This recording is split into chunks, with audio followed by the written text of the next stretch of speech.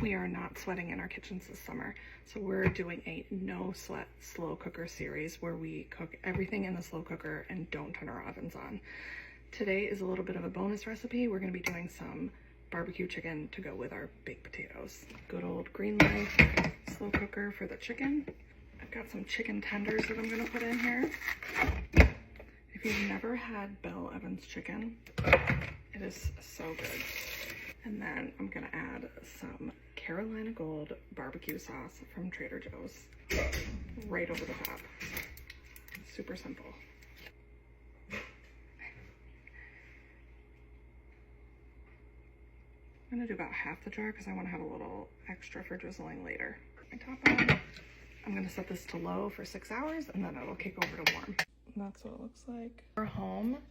The chicken is done. I'm gonna shred it up and then I'll give you a look. I'm using 2 forks. I know I can use my mixer, but my mixer is a little on the wild side, and the liquid that is in here, my mixer will make it go flying. I'm not about that right now, so I'm just a fork.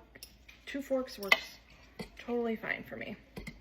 So we're gonna shred it up. It smells so good. Like that golden barbecue sauce is, oh, it's so good. Other companies make golden barbecue. I know Kinder's makes a golden barbecue. I'm sure like Stubbs makes a golden barbecue. I'm just a little partial to the Trader Joe's one. I really like it. So if you can get your hands on it, I definitely recommend. So the plan with this shredded chicken is we're gonna put it over our baked potatoes that we made in the slow cooker. So you have to check out that separate video. Oh, it's so good. That golden barbecue sauce is so good. Here she is all shredded up. We will assemble our baked potatoes.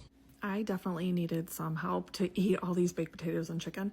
So I had some company over. I did a little baked potato bar with the chicken, all the fixins. Here's my potato all jazzed up. It was so good, and we had leftovers for tonight.